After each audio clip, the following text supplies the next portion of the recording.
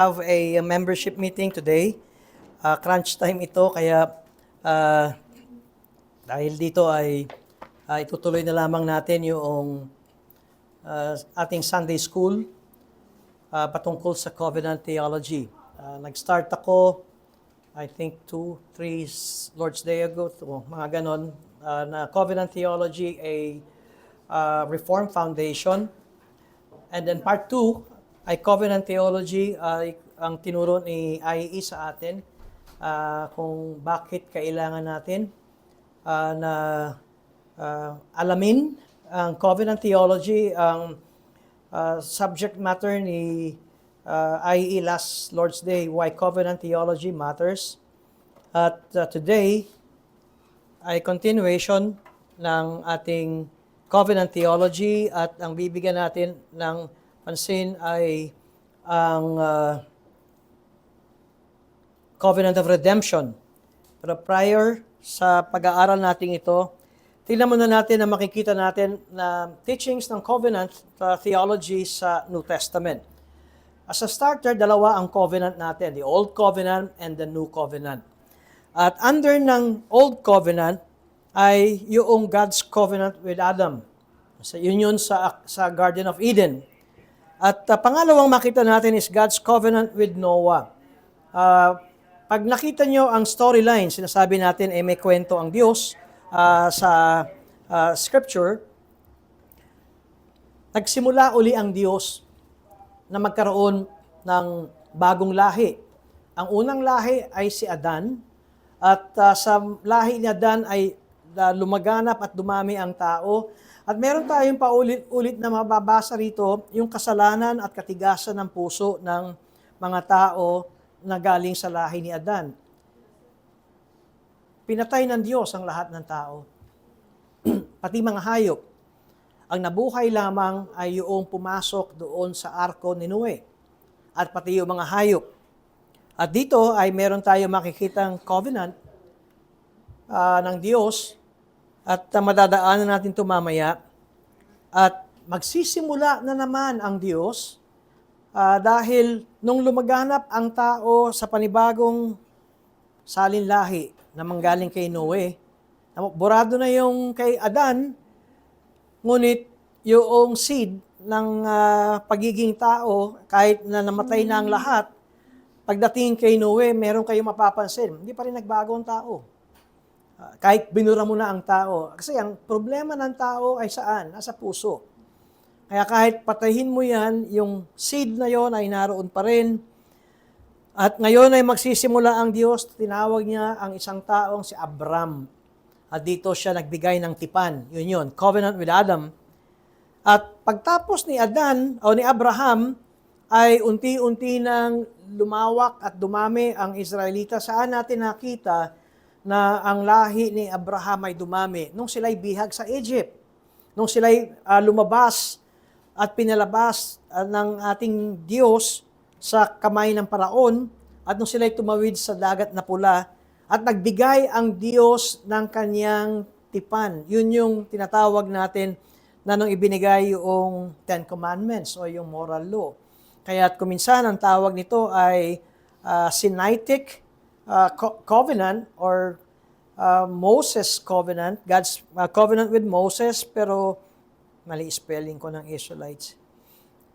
At pagkatapos ng dumami ang mga Israelita, susunod ay yung ipinangako ng Diyos kay Abraham na sa lahi niya ay magkakaroon ng mga hari. Ngayon, dito natin makikita kung bakit kinakailangan na magkaroon ng law, ng batas. Dahil hindi na sila pamilya, hindi na lang sila tribo, kundi sila ay magiging isang nation. And a nation has to be under the law, o meron silang batas na dapat na kanilang sinusunod. Preparatory ang moral law pagdating ng hari. At yan ang God's covenant with David. Dito matatapos ang Old Covenant. Pagdating ng Panginoong Jesucristo, ay meron na tayo makikita na kaganapan Kasi nung si Jesus ay kasama niya ang kanyang mga disciples at bago siya mamatay sa krus, meron siyang in-institute, yun yung Lord's Supper. At ang sabi niya, this is the new and everlasting covenant. Ang tanong, saan naputol yung old covenant? Dahil si Christ ay nagsabing, this is the new and everlasting covenant. Nung si Jesus ay namatay, ang old covenant ay natapos. Dahil sa old covenant, ang inihahandog at ang kinakatay ay animal sacrifice. Pagdating sa New Testament, si John the Baptist ang nagsabing, behold the Lamb of God who takes away the sins of the world. Ang Old Covenant na ginagawa nila ay preparation. Tandaan niyo ito, ang Old Covenant is preparatory sa pagdating ng fulfillment.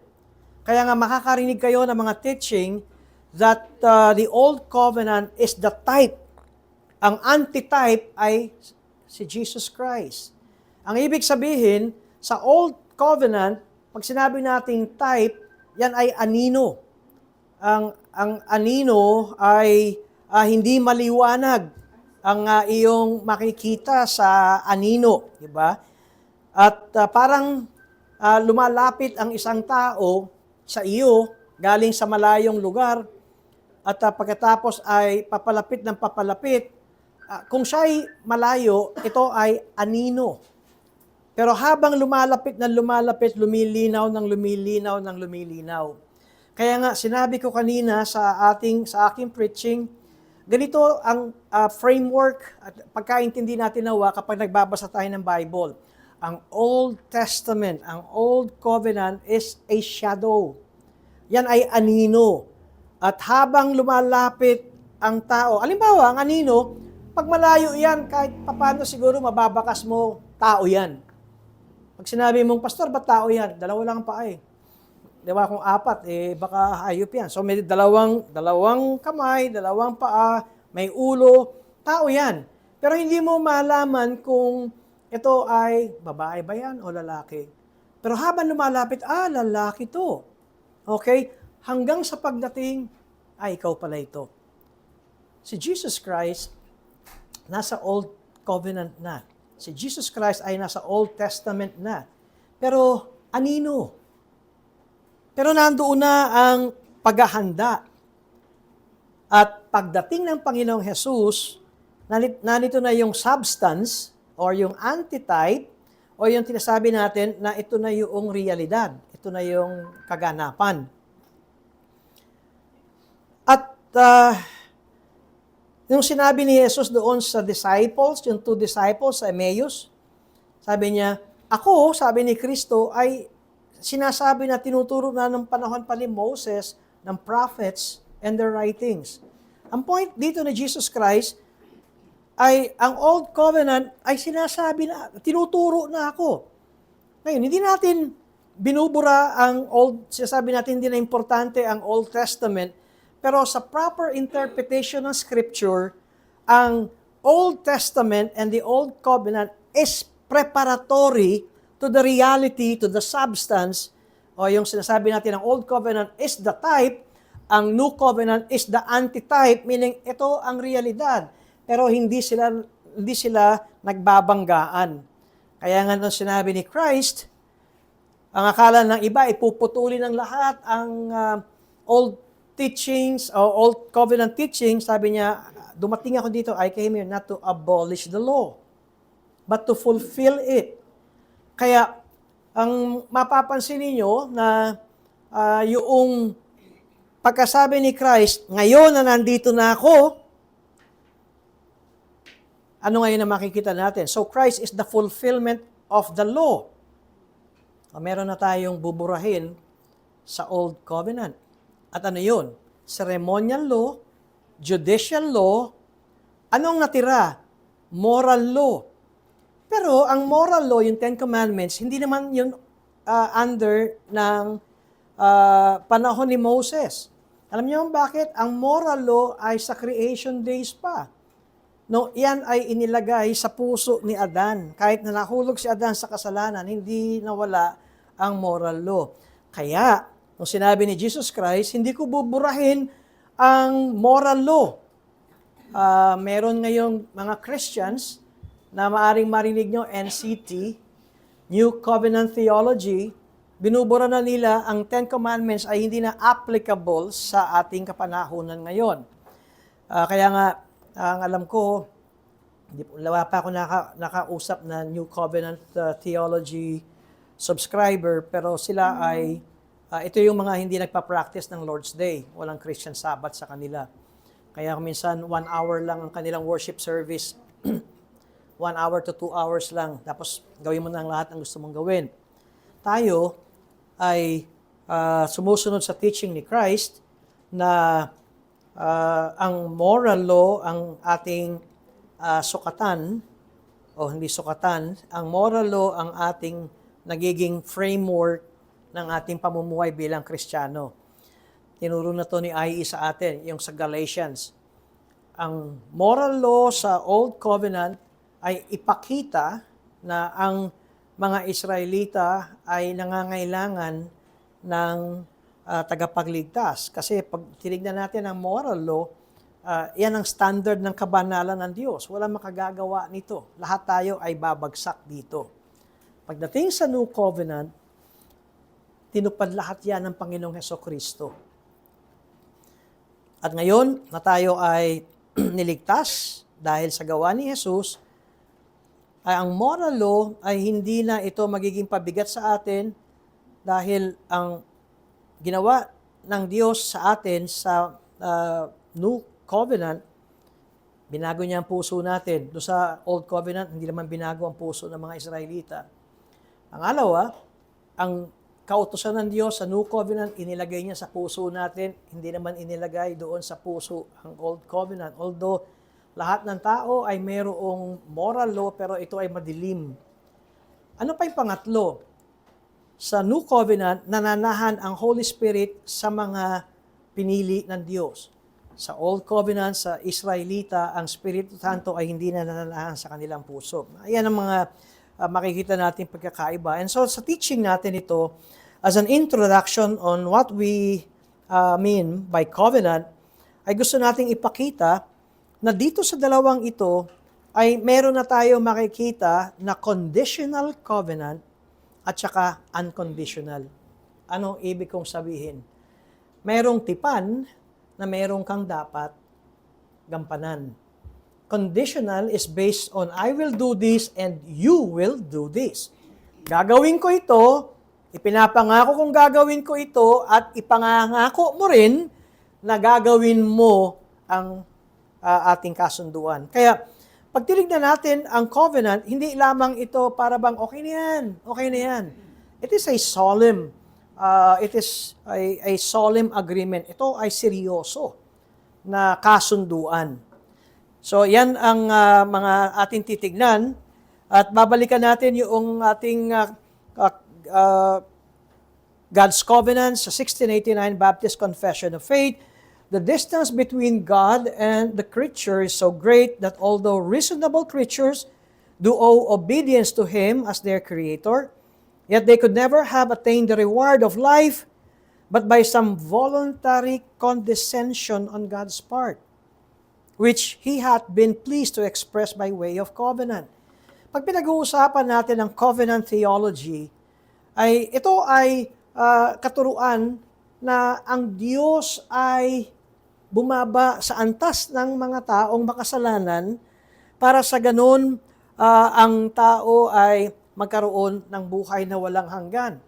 Kaya yung ginamit sa ating confession of faith na voluntary condescension on God's part, ito ay pagbababa sa level ng pagkaunawa natin. And then under paragraph 2, moreover, man having brought himself under the curse of the law by his fall, it pleased the Lord to make a covenant of grace, wherein He freely offers unto sinners life and salvation by Jesus Christ, requiring of them faith in Him that they may be saved, and promising to give unto all those that are ordained unto eternal life, His Holy Spirit, to make them willing and able to believe.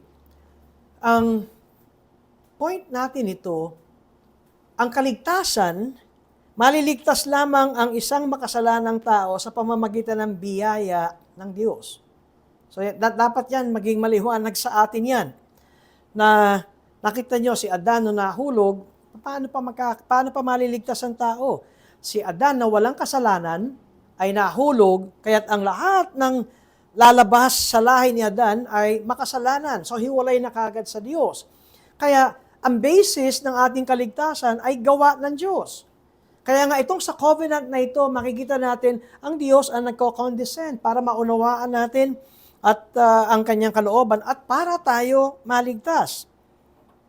And then yung Article 3, ito yung naging controversial sa teachings between the Presbyterian, yung Fado Baptist, yung nagbibinyag ng mga bata, at tayo ay Credo Baptist.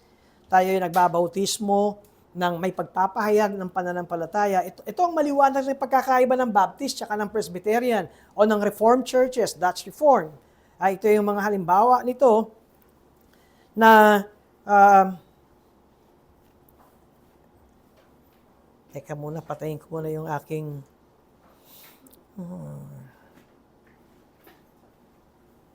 may bati ng happy birthday kasi lumalabas sa akin. Mamaya na po yung bati niyo. Matakbo pa yung ating session. Okay, so ito yung naging paghihiwalay natin sa mga Reformed churches. Okay? Tayo ay Reformed Baptist. At dito ang ating posisyon, this covenant is revealed in the gospel, first of all, to Adam, in the promise of salvation by the seed of the woman. Kaya alam na kagad natin to, Genesis 3:15 yan. Okay? And then, tingnan nyo kung paano inilagay ng framers natin ng 1689 Baptist London Confession of Faith, binigay sa Genesis 3:15 and afterwards by further steps. Meaning, ay nagmeron ng progression and expansion itong covenant na ito na nagbibigay ng pangako ng kaligtasan. At tandaan ninyo, ito ay sa seed of the woman. Nagtaka ba kayo kung bakit seed of the woman instead of seed of man? Kasi ang lahat ng binhi galing sa lalaki. Tama? Hindi natin napapansin, umpisa pa lamang, ay meron nang sinasabi, hindi manggagaling sa tao. Pero magkakaroon ito ng laman. And so, pag nakikita natin ito, yung pagdating ni Jesucristo at pagsilang niya ng isang birhen, hindi yan nangyari nung kapanahunan lamang na si Birheng Maria ay pwede nang mag-asawa. Doon pa lamang sa Genesis ay meron na sinasabi, itong magliligtas sa atin ay manggagaling sa binhi ng babae. Imposible yun. Kasi ang binhi ay nanggagaling sa lalaki. Kung tingnan niyo ang Chronicles, pag tinignan niyo ang teaching patungkol sa genealogy, lalaki ang binibigay. Dahil ang binhi ay nanggagaling sa lalaki. Pero dito ay sinasabi, the promise of salvation by the seed of the woman and afterwards by further steps until the full discovery thereof was completed in the New Testament. And it is founded in that eternal covenant transaction, itong ating magiging lecture proper, yung eternal covenant transaction that was between the Father and the Son about the redemption of the elect, and it is alone by the grace of this covenant that all the posterity of fallen Adam that ever were saved did not obtain life and blessed immortality, man being now utterly incapable of acceptance with God upon those terms on which Adam stood in his state of innocency. Liliwanag yan sa mga darating pa nating mga aral. Dito sa ating covenant theology ay meron tayong makitang three classifications or three divisions or three groups. Covenant of redemption, covenant of works, at saka covenant of grace. Kapag kami nagsabi sa atin na, saan nyo napulot yan? Yung mga salitang yan, wala sa Bible yan. Pagka kayo nakarinig ng mga ganon nang wala sa Bible, bakit natin sasampalatayanan yan? Ang tawag natin yan, word concept fallacy. Ito yung kinakailangan na nasa Bible bago ko sampalatayanan. Ang tanong ko, Trinidad, ikaw ba ay naniniwala sa katuruan ng Trinidad? Doctrine ng Trinity. Naniniwala ka ba? Pag sinabi mong oo, wala rin sa Bible ang Trinity. Saan galing ang Trinity? Yung teaching ng Trinity, yan ay kinatha ng tao ang salitang Trinity. I would submit to that. Pero yung teaching ng Trinity, kahit wala sa Bible, ay meron tayong makikitang isang Diyos. At itong isang Diyos na ito ay mayroong tatlong persona. God the Father, God the Son, and God the Holy Spirit. At makikita natin sa doctrine ng Trinity, ang Diyos Ama, hindi siya yung Diyos Anak. May pagkakaiba sila. At yung Diyos Anak, hindi siya yung Diyos Ama at hindi rin siya yung Diyos Espiritu Santo. At ang Diyos Espiritu Santo ay hindi yung Diyos Ama at hindi rin siya ang Diyos Anak, pero ang Espiritu Santo ay Diyos. So meron tayong makikita na ibig sabihin tatlo ang Diyos. Hindi isa. Kasi meron kang Ama, Anak, at Espiritu Santo. Kaya ang tawag natin, there is only one God. And this one God ay mayroong three persons. Doctrine niya ng Trinity. Pagdating sa covenant theology, saan nyo nakuha yung covenant of redemption? Saan nyo nakuha yung covenant of works? Saan nyo nakuha yung covenant of grace? Yan ay kinatha ng mga teologo. Pero ang gusto nating ipakita ay yan ay nasa scripture. Okay, yung teaching behind, mali na naman yung spelling ng classification. Tulog pa yung gumawa. Yan ay makikita natin sa scripture. At ito ang dahilan kung bakit tinitignan natin na sa scripture ay magsimula tayo dito. Okay. Kadalasan kapag tinatalakay natin ang covenant of redemption o kaya saan tayo magsisimula ng pag-aaral natin ng covenant of redemption? Kadalasan, sinasabi natin, mag-start tayo sa Genesis chapter 1. Tama ba? Sagot ko mali. Hindi nagsimula sa Genesis 1 ang teaching ng covenant of redemption.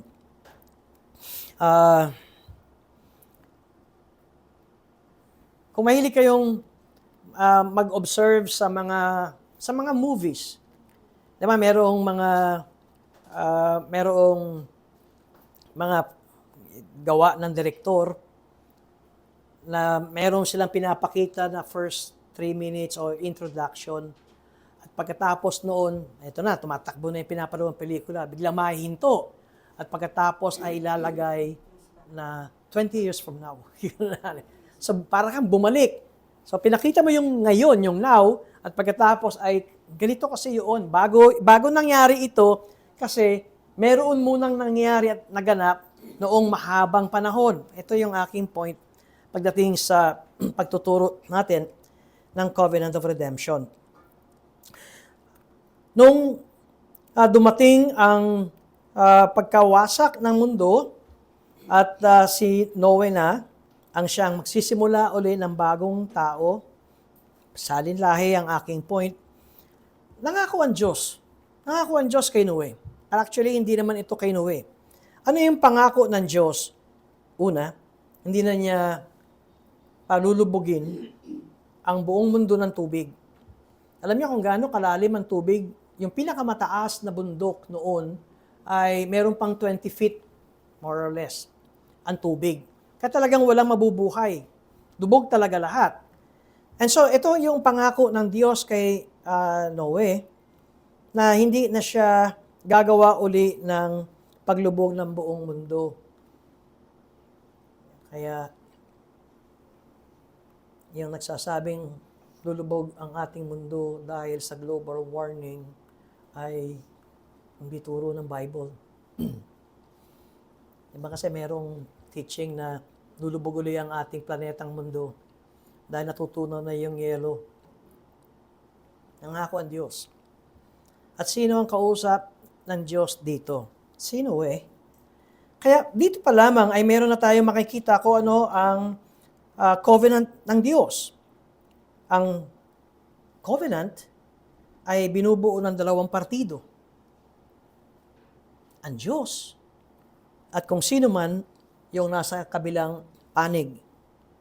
At dito kay Noe, nangako nga siya that he will not flood the earth again. Alam niyo, kahit na ang tao ay magiging sobrang sama. Tingnan niyo dito sa Genesis chapter 9, verse 20. Then Noah built an altar and took some of every clean animal and some of every clean bird and offered burnt offerings on the altar. Verse 21, and when the Lord smelled the pleasing aroma, the Lord said in his heart, I will never again curse the ground because of man. For the intention of man's heart is evil from his youth.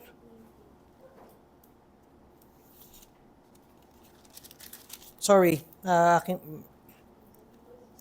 yung aking teksto ay Genesis 8, kung tama ako, ipinagtayo ni Noe sa verse 20, Genesis 8. Ipinagtayo ni Noe ng isang dambana ang Panginoon, kumuha siya ng lahat ng malinis na hayop at sa lahat ng malinis na ibon at nag-alay ng mga handog na susunugin sa dambana.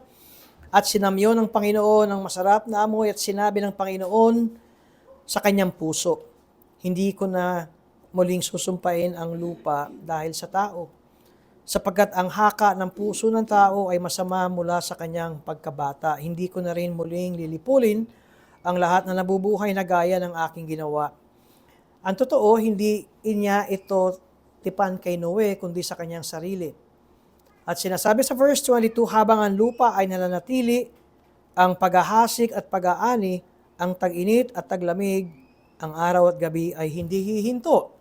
Okay, so mahinto na yung takot natin ng lulubog ang mundo. Dahil ang Diyos ang nagsabi, hindi ko na palulubugin ang mundo. Kahit na, ano yung kahit na? Ang haka ng mga puso ng tao ay masama mula sa pagkabata. Kahit na pasama ng pasama, ang tao, hindi na niya palulubugin ang mundo. Mangga na lang at umandal. Ang lulubog. Yung mababang lugar. Pero yung buong mundo ay hindi ito mangyayari. Ano ang tawag sa tipan na yan? Ano sa palagay nyo? Unconditional. Walang kondisyon. Kaya makikita natin dito, yung tipan, hindi naman niya kay Noe yun, pero sa panahon ni Noe, ay makita nating unconditional. Kahit sumama ang tao, hindi ko nagagawin uli ito. Yung ikalawang gusto ko makita natin ng tipan ay conditional, meaning may kondisyon. At ito ang mababasa natin, ang tipan ng Diyos kay Abraham is conditional. Ang tipan ng Diyos kay Moses, kay David, ay matawag nating conditional. Saang part yung tipan na sinasabi ko na binigay ng Diyos kay Abraham na conditional? Una, merong ni-requires ang Diyos kay Abraham na kumuha ng mga hayop at ito ay hatiin. Okay? So, to cut animals in half. At ang simbolo nito, yun nga yung sabi ko, and this is the practice of the old, mas matanda pa sa mga Israelita, na kapag sila ay gumagawa ng covenant, sa atin panahon natin ngayon kontrata parang ganun yung term. Pero ito ay hahatiin nila ang hayop sa patay ito pareho. At itong dalawang parties na ito, kaya sabi ko, ang covenant ay meron dalawang partido. Sila ay lalakad sa gitna nitong magkahati at patay na mga hayop. Ano ang sinasabi nila? Kung hindi ko tutuparin ang tipan na ito, mangyari sa akin na nangyari sa hayop. Ako'y mamamatay. O ako'y dapat patayin. And so, ang symbolism niyan is that if God failed to fulfill this covenant with Abraham, at ito ang kanyang kinukomit, ako'y mamamatay. At sabi ko nga sa panahon natin ngayon ay parang business commitment ito o parang itong contract. At kung dalawang negosyante ito, kukuha sila ng hayop, papatayin nila. Kung kapanahon na noon, hahatiin nila. At kapag hindi ko tinupad ang aking pangako, mangyari sa akin na nangyari sa hayop na ito. At ganun din yung isa na kapag hindi niya tinupad ang kanyang pangako, mangyari sa kanya ang nangyari dito sa hayop. Anong tawag dito? May seremonya. This ceremony itong two parties na ito would walk together to those animals and saying that if one of us fail, our commitment or covenant would be basically death. O ako'y mamamatay.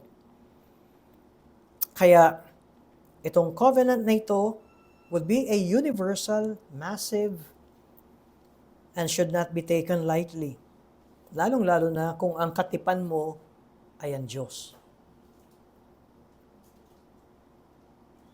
At gusto ko makita natin sa Genesis pa lamang yung language of commitments.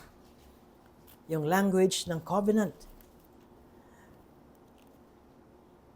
Kaya nga't sinasabi ko sa inyo, ang covenant of redemption na ating pinag-aaralan ay hindi nagsimula sa Genesis 1. Hindi ito ang simulain ng covenant of redemption. At makikita natin ang covenant of redemption ay nagsimula sa Trinidad, sa Godhead, God the Father, God the Son, and God the Holy Spirit. Kailan nagsimula ang covenant of redemption? Bago pa nilikha ng Diyos ang langit at lupa. And therefore, Genesis chapter 1 is not the start of the covenant of redemption. Ano ang simula ng covenant of redemption? Ang Diyos. At kapag sinabi natin ang Diyos ang nagsimula nito, dapat natin makita that God existed in eternity past. Walang simula ang Diyos. Bago pa ang lahat, ay naroon na ang Diyos. At dito, makikita natin na kailan yun, hindi natin masukat. Kasi nga, walang sukatan, walang space, walang time ang Diyos. There was never a time when God was not. Kaya pag pinag-usapan natin ang covenant of redemption, ang focus lamang natin ito ay ang Diyos Ama, Diyos Anak, at Diyos Espiritu Santo. Saan tayo magsisimula? Dito, sa New Testament. Sa Ephesians chapter 1, verses 3 to 14, Blessed be the God and Father of our Lord Jesus Christ, who has blessed us in Christ with every spiritual blessings in the heavenly places, even as He chose us in Him before the foundation of the world, that we should be holy and blameless before Him. In love, He predestined us for adoption to Himself as sons through Jesus Christ, according to the purpose of His will, to the praise of His glorious grace with which He has blessed us in the Beloved.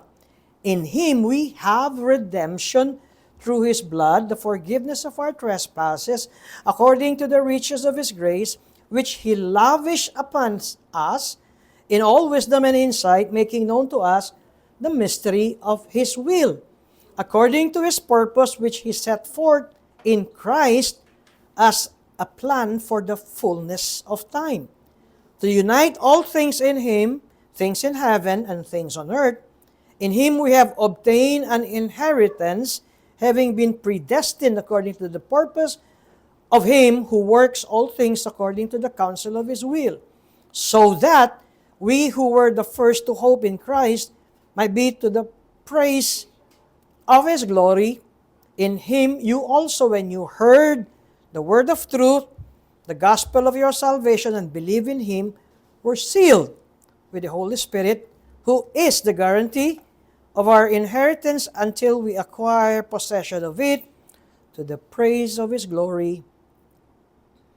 At ito ang susunod na passage. Pero inihahanda ko na kayo dito sa mga New Testament scripture na to. Sabi ko nga, kung ating titignan saan ba nagsimula ang Covenant of Grace, I would advise you to start dito sa Ephesians. Doon sa tayo ay pinili ng Diyos bago pa nilikha ang langit at lupa. Now, kung bago pa nilikha ang langit at lupa, ano makikita natin dito? That it was God's idea. At ang Diyos ay meron ng plano. At nakita rin natin ang God the Son, ang anak ng Diyos. Nang sinabing, we have redemption through His blood, the forgiveness of our trespasses, na siyang nangyari nung si Jesus ay napako sa krus. Pero kailan nangyari ito? Before the foundation of the world, ay meron ng plano. Kaya nga sa verse 13, nung napakinggan natin ang salita ng katotohanan, balikan ko muna itong verse 13, in Him you also, when you heard the word of truth, the gospel of your salvation, and believed in Him, were sealed with the Holy Spirit, who is the guarantee for our inheritance. Nakita niyo ba yung tatlong persona ng Godhead? Tatlo silang active in this work of redemption. Ang Ama ang siyang namili ng tao na kanyang ibibigay sa kanyang anak bago pa magsimula ang langit at lupang paglilikha ng Diyos. At ang mag-a-apply nito sa buhay ng mga tao na ibibigay sa anak ay ang Holy Spirit. Ang kaligtasan natin ay plinano ng Diyos, wala pa ang tao. Kaya kung malamig at matamlay ang Christian life nyo, para bang kung saan na lang kayo itapo ng ihip ng hangin o ng agos ng tubig, balikan nyo ito. Dahil ikaw, kung ikaw ay anak ng Diyos, plinano ka ng Diyos bago pa nilikha ang langit at lupa. And this should be our encouragement na hindi tayo mamumuhay ng walang direksyon. Titus chapter 1 verses 2 and 3, in hope of eternal life, which God, who never lies, promised before the ages begun, and at the proper time manifested in His word through the preaching with which I have been entrusted by the command of God our Savior, in hope of eternal life. Hindi ko alam kung kita sa underline yan sa screen. Ang Diyos na hindi nagsisinungaling, bago pa nilikha ang lahat. Hindi ba't yan ay language ng covenant? Yan ay lengguwahe na ang Diyos ay may plano at ang Diyos ay nangako. At dumating ito, the proper time that was manifested, ay nang ipinangangaral ang salita ng Diyos. Kaya nung narinig nating ipinangangaral ang salita ng Diyos at ito'y tumimo sa atin, at pagkatapos ay nagkaroon tayo ng bagong pananaw, at pagkatapos tayo ay sumampalataya, tinanggap natin ang pangangaral, bago pa ang lahat, kasama ka na dun. Nakita niyo ang pagkakaiba kapag naintindihan natin ang covenant theology?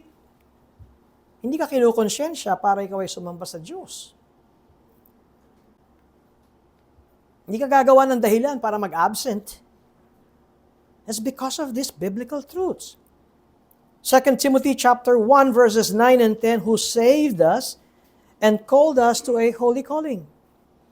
Not because of our works, but because of His own purpose and grace, which He gave us in Christ Jesus. Kailan? Kailan uli? Before the foundation or before the ages begun. And which now has been manifested through the preaching of our Savior Jesus Christ, who abolished death and life and brought life and immortality to life through the gospel.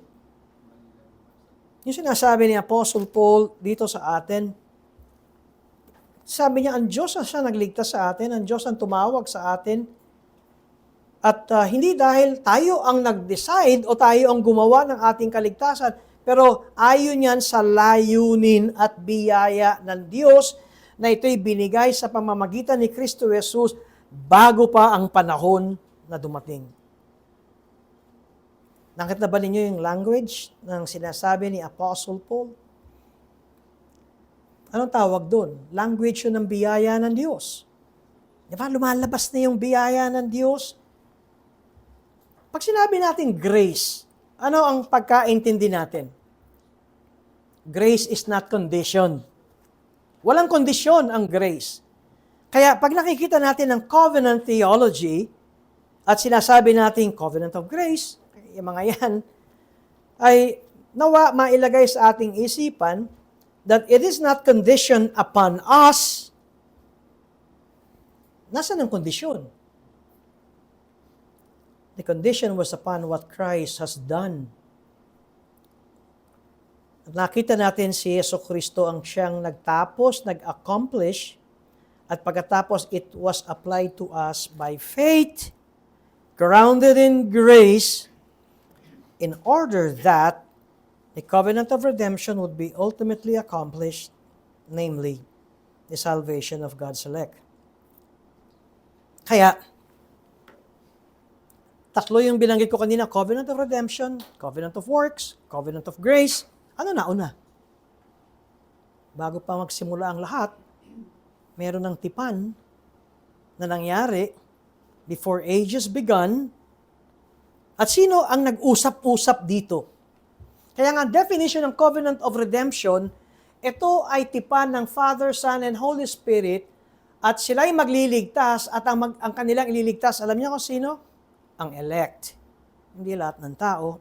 Yun yung sinabi kanina ni Paul sa Ephesians, sa Titus, at ngayon ay sa 2 Timothy. So this covenant na ito ng redemption ay covenant of grace in a sense because it was not conditioned upon us but conditioned upon what Christ has done, where we see Jesus accomplishing something applied to us by faith grounded in grace in order that yung covenant of grace ay ma-accomplished. Kaya masasabi natin that the covenant of redemption gives us a framework. Ito na yung ating parang sukatan to understand na simula't simula pa lamang our God is a proactive God. Hindi siya reactive. Ano ba yung ibig kong sabihin? Pag ginamit natin ang word na our God is a proactive God, siya ang lumikha, siya ang nagumpisa, siya ang nag-isip, siya ang nag-control ng bawat sitwasyon na nangyayari. Hindi siya reactionary. Ang reactionary, uy, may nangyari, anong gagawin natin? Ganon tayo, yung mga tao eh. Na may problema, anong solusyon natin? Pero pag sinabi natin, before the foundation of the earth were laid, nandoon na ang plano ng Diyos. Nandoon na ang layunin ng Diyos at nandoon ang pagkilos ng Diyos. Yun ang ibig nating sabihin, God is a proactive instead of reactive. Again, God planned this, and God knew what He was going to redeem His people. Palagi ko, ito ang pinakamagandang sagot doon sa mga humahawak ng open theism. Maaaring hindi nyo alam itong term na ito, yung open theism. Ano ba yung open theism? Hindi nalalaman ng Diyos ang lahat ng bagay. Ganito ang Diyos. Ginawa niya at nagbabantay siya. At nag-oobserba. Pagkatapos, Yun pala yun. Si Eli Soriano, open theist yan eh. Kasi sabi ni Eli Soriano, hindi nalalaman ng Diyos ang lahat ng bagay. Kung nalalaman sana niya, ba't hinaharap niya si Adan at si Eva? Kasi nagtatago si Adan at si Eva. Ay ito ang katuruan ng open theism. Kasi, ang emphasis ng open theism, malaya ang tao. Human beings are truly free. At kung kontrolado ng Diyos ang future at lahat ng gawa ng tao, kung gayon, hindi malaya ang tao. Nakita nyo na yung mga dugtong-dugtong. Ngunit dito ay maliwanag sa Ephesians 1, sa Titus, at sa Timothy. Bago pa mangyari ang lahat, alam na ng Diyos. Kung dadako tayo sa John, sa Gospel of John, sa New Testament, sa John 17, mapapansin niyo yung highly priestly prayer ng Panginoong Jesucristo, nang siya'y nanalangin sa Ama, ay meron na tayong makikitang kasunduan ng Ama at ng Anak. Sa John chapter 10, isa pa ito, na meron tayong makikita na merong utos ang Ama kay Kristo. John chapter 10, verse 18. There is a charge. Ayun ang sinabi ng Panginoong Jesucristo, Juan Kapitulo 10, talatang 18.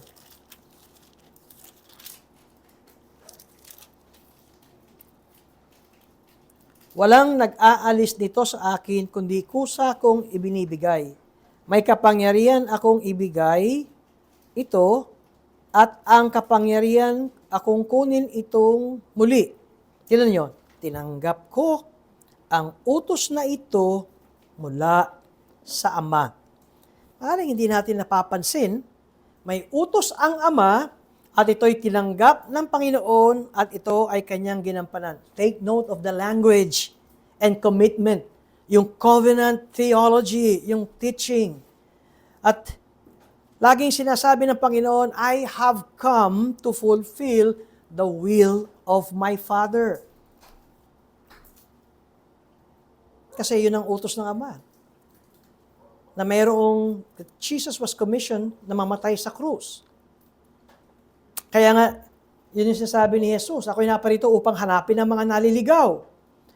Ako'y naparito upang ialay ko, ibigay ko ang aking buhay. Ngayon, kapag naintindihan natin ang covenant language, covenant theology framework, ma-appreciate natin ang kwento ng pagtutubos sa ating buhay. Si Eli Soriano ng Open Theist, ang kanyang presentasyon, sumasakit ang ulo ng Diyos. Kasi nag-iisip siya, anong gagawin ko? Paano ko aayusin ito? Pero pag nakita natin ang ating covenant theology, lahat yan ay nangyayari ayon sa kapangyarihan at kontrol ng Diyos. Again, God is not reactive. God is proactive. Pag sinabi natin reactive, kuminsan may damage control ka, di ba? May problema at imamap up mo, lilinisin mo, may damage control. Hindi ganito ang Diyos natin. Hindi ganito ang Diyos ng Biblia. Katunayan, ang tagumpay ni Kristo ay kung ito ay matutupad niya ng buong buo ang kalooban ng Ama. Maging si Jesus ay kinakailangan tuparin ang kalooban ng Ama. Ang isa pang theological term, federal theology. Bakit tinatawag na federal theology? Kasi dalawa ang federal head. Yung una ay si Adan na tumatayo sa lahat ng mga makasalanan. First Adam failed, yung ikalawa ay si Kristo, at si Kristo ang tumupad ng lahat ng transaksyon nila ng kanyang Ama. Yung matatalakay natin yung covenant of works ni Adam, Adam failed. Kaya yung mga terminong yan ay ilagay muna natin sa isang tabi at matatalakay natin yan. At nung tumupad si Jesus sa kasunduan nila ng Ama, ano ang naging reward? the resurrection from the dead. Ano pa ang naging reward? The exaltation of the Lord Jesus Christ. At ano pa ang naging reward? Ang church ay ibinigay ng Ama kay Jesus. Kaya nga tayo ang the bride of Christ. Matagal na itong iprinitch ko, yung Psalm chapter 2 verse 8. Sa Psalm chapter 2 verse 8, ang God the Father, or the Father is speaking to the Son. At ito ay paghahanda ng tagapagligtas o ng Messiah. Anong sinabi ng Ama, the Father? Ask of me, and I will make the nations your heritage, and the ends of the earth your possession. Ang point, ito ang magiging reward ng anak dahil siya ay sumunod sa kalooban ng Ama. Nakita niyo yung bago siya dakpin ng mga Roman soldiers? Nasaan si Jesus na nanalangin? Sa hardin ng Getsemane. Ano hinihiling niya? Malampasan niya yung kamatayan sa krus. Pero meron siyang karugtong, not my will, but your will be done. Hindi natin napapansin that there is this motive of covenant language. And there is this motive of obedience to the Father and reward ng Father sa kanyang obedient Son.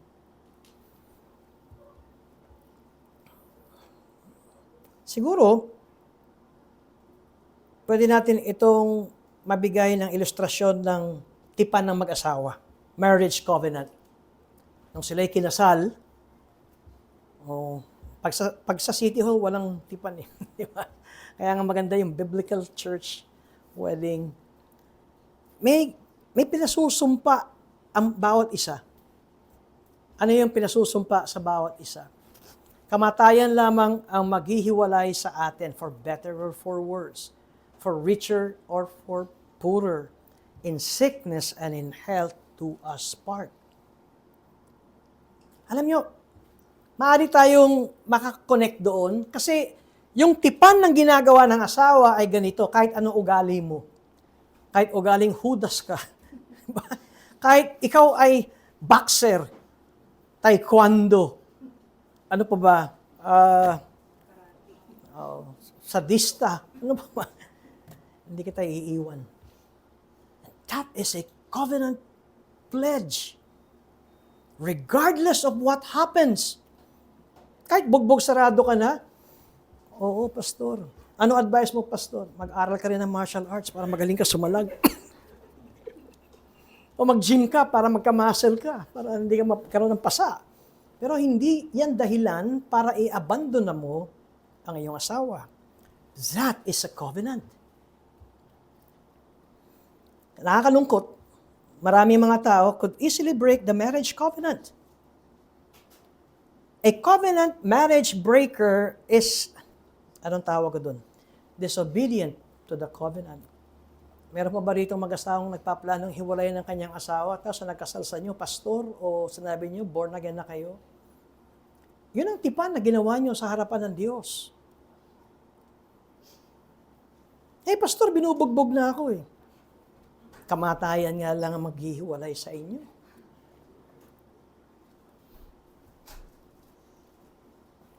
Kung kayo ay sumunod sa inyong marriage covenant, ano reward? Kahit uugod-ugod na kayo, ang sweet nyo pang dalawa. Meron kayong kapayapaan sa bahay. Marahil maganda rin ang inyong testimony sa inyong mga anak. Hanggang sa kaapu-apuhan. Kasi, ang totoo, hindi nga kayo nag-aaway sa harapan ng mga anak ninyo, nakikita naman ang buhay nyo. You are living and leading them through example. Kala ba ninyo, mga batang yan, walang alam? Bilib nga ako sa mga bata, ang lakas ng pakiramdam. Kaya, kung broken ang family, ang marriage nyo, ito, resulta. Pero kung kayo ay sumusunod sa inyong tipan sa pag-aasawa, ito ang blessing. Una, kayong dalawang mag-asawa ay namumuhay ng may pagkakaisa. Ano yung term ko lagi? Nagsusubuan kayo sa Jollibee, sa McDo, and so on and so forth. Okay. So, ang point natin ito ay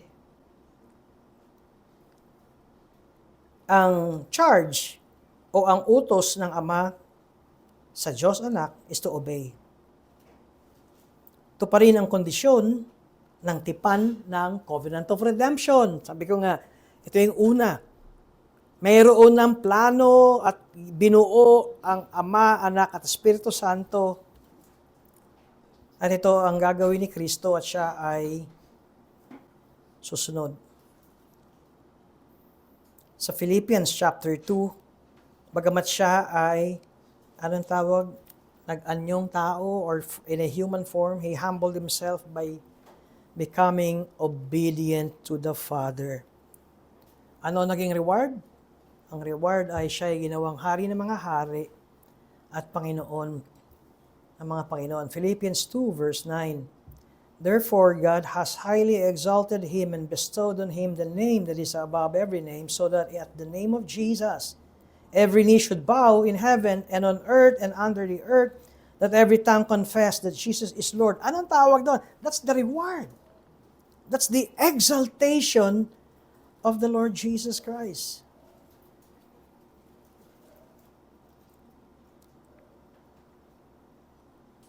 At kapag nangyari na ang lahat, sa pagbabalik na muli ng Panginoon, the King of Kings and the Lord of Lords, at tinipon na lahat ng kanyang mga anak, yung covenant of redemption is done. The covenant is over. But, ngayon, dahil nauna yung covenant of redemption at tumatakbo pa ang kasaysayan ng sangkatauhan, anong masasabi natin? Nanonood kayo ng sine. Pinakita yung nangyaring kasunduan ng God the Father, God the Son, and God the Holy Spirit kung kailang panahon yun. At pagkatapos, balik tayo sa next scene. Ano yung next scene? Ano yung eksenang susunod? In the beginning, God created the heavens and the earth. Nauna ang covenant of redemption at ngayon, para makita natin ang application ng covenant of redemption, tumatakbo na ngayon ang kasaysayan ng mundo at ng kasaysayan ng sangkatauhan. Ano ang ending ng kwento ng tipan ng Diyos? Revelations. Ang book of Revelations na umaawit na mga tao, singing songs of the Lamb, worthy are you to take the scroll and to open its seals, for you were slain, and by your blood you ransomed people for God from every tribe and language and people and nation, and you have made them a kingdom of priests to our God, then they shall reign on earth. This is the exaltation of Christ. Ito yung mana. This is the inheritance ng Panginoong Jesucristo. Meron siyang mga tao. Yun ang application ng covenant of redemption. Meaning the covenant of redemption has been fulfilled. Kapag nandun ang lahat, ang bayan ng Diyos, and now the benefits of the covenant are being poured out upon us. Naintindihan ba natin ito? Naintindihan ba natin ito? Number one, hindi tayo kasama sa partido ng covenant of redemption. Wala tayong parte sa covenant of redemption. Ano tayo? Tumanggap ng benepisyo ng covenant of redemption. Bakit ka tumanggap ng benepisyo ng covenant of redemption? Dahil ikaw ay elect ng Diyos. At kung ikaw ay elect ng Diyos, hindi ka na saved dahil sa sarili mong desisyon. We're talking about something that has happened before the foundation of the world. Hindi ko naman nakikita yung kinabukasan. Ang tingin ko, half-half yung ugali ko. Kung ikaw ay elect, kung ikaw ay anak ng Diyos, all you have to do is trust the Word of God. Because God is faithful. God will never lie. God is good. And God is just. What a wonderful assurance ng covenant theology. And yung further steps na sinasabi ng ating confession of faith ang siyang ating pag-aaralan pagdating ng panahon. Now, if you're under the covenant of grace, uulitin ko, if you're under the covenant of grace, hindi ikaw ang kasama sa usapan, tipan.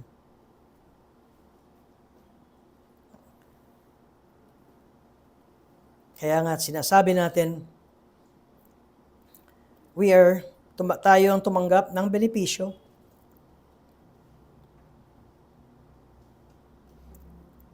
Ang lahat ng gumawa nito para tayo ay mapabilang sa ilalim ng tipan ng biyaya ay dahil sa merito ni Kristo. And all of this, dahil sa ginawa ni Kristo, and all of this were applied to us by faith. Kaya nga tawag sa atin, we, the elect, are under that covenant of grace. Pinili tayo, hinirang tayo ng Ama, at si Kristo ang namatay para sa mga pinili at hinirang ng Ama. At ang lahat ng tumanggap ng blessing na yan ay masasabi nating nasa ilalim ng covenant of grace. And this is where the Spirit is applying the work of Christ to them through regeneration and faith. Kaya ang kaligtasan natin, of course, we were sanctified nung tayo ay na-regenerate, meron tayong bagong puso, meron na tayong Espiritu Santo. And so, in the eyes of God, tayo ay mga anak ng Diyos. Now, laging issue yung sanctification process. Of course, dahil nasa iyo ang Espiritu Santo, binago ang puso mo, ang salita ng Diyos ay nasa iyong puso, natural lamang na ikaw ay makikitaan ng bunga. Diba? Ang seed ng good tree, ang mabuting binhi ay magiging mabuting puno at ang mabuting puno ay mamumunga ng mabuting bunga. Hindi yung dapat. Right? Kundi it will flow. Yan ay makikita. Ang danger ng teaching ng sanctification works ay nagiging legalistic kapag sinasabi nating dapat. Rather than, if you're a child of God, you have the seed of God in you, you have the Word of God, you have a new heart, and the fruits will just be seen. Ang bunga ng Espiritu Santo will be manifested. Well, saan yung mortification? Dapat naman, sabi nga natin, na maging maliwanag sa atin ito, it will naturally flow. It will come out dahil yung puso mo ay bago.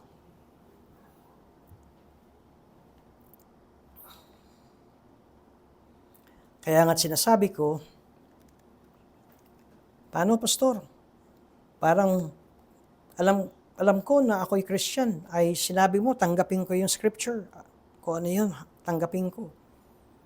Pero, ba't ang buhay ko ay parang hindi 100%. Parang hindi Christian. Pag nakita natin yung takbo ng kwento ng redemptive history ng Panginoon, okay, si Noah. Si Noah, may ginawa bang kasalanan si Noah? O sa kalasingan niya, wala na siyang control. Ano ang mga nangyari sa kanya? Si Abraham, handa niya ibenta ang asawa niya, di ba? Sabi mo, magkapatid tayo. And yet, tinawag siyang prophet, God's anointed. Si David, ano ang kasalanan ni David? Nakita na natin itong mga taong ito ay masasabi natin na hindi approve, hindi pasok sa Christian life dahil gano'n ang mga buhay. Pero point natin, teka muna, hindi pa tapos ang kwento. Something greater is coming. Kanina, sabi ko, anong kwento ng buhay mo? Kung ikaw ay isang Kristiyano, sigurado na ang kalalabasan ng kwento ng buhay mo sa katapusan ay makapagbibigay ng kaluwalhatian sa Diyos. Maging maliwanag sa atin that it was Christ who fulfilled, if I would use the term covenant of works, yung failure ni Adan ay kinumpleto ng Panginoong Kristo at ngayon ay ang mga regenerated o born again is under the covenant of grace to accomplish the great covenant of redemption. Ito ang teaching ng covenant theology. And so the whole drama of redemptive history is all about the accomplishment of the covenant of redemption. At tumatakbo pa't nakikita pa natin ang mga nangyayari, pero sa langit, sa Diyos, sa Triune God, yan ay tapos na.